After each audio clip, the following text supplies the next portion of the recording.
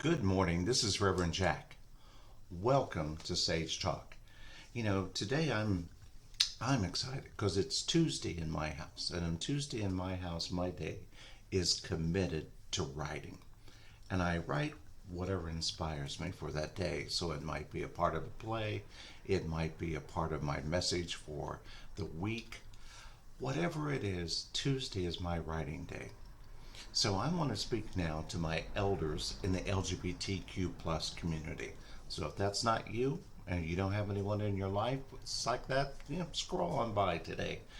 But if you are a part of that community, I want to reach out to you because I know that there are many of us in this time of life that are taking a look at contemplating our legacy, contemplating what's next. And I recently was in the grocery store, and a friend of mine who I hadn't seen in years came up behind me. And as they were talking to me, they took a look at the little necklace that somebody had given me that I happened to be wearing. And they said, why are you wearing that?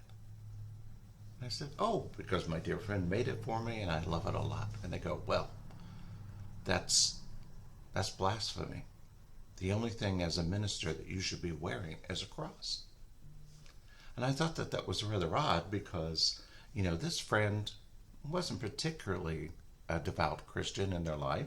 They did have a spiritual upbringing, but I said, what's going on with you? Why would you say such a thing? You know that I'm a minister.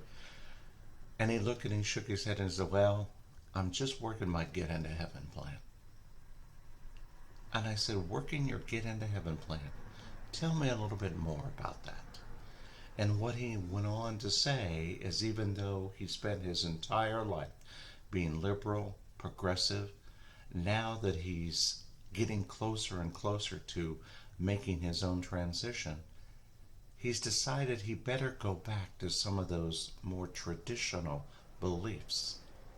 And he's back engaged in his church. He's following the traditional things that he was brought up in because he's afraid.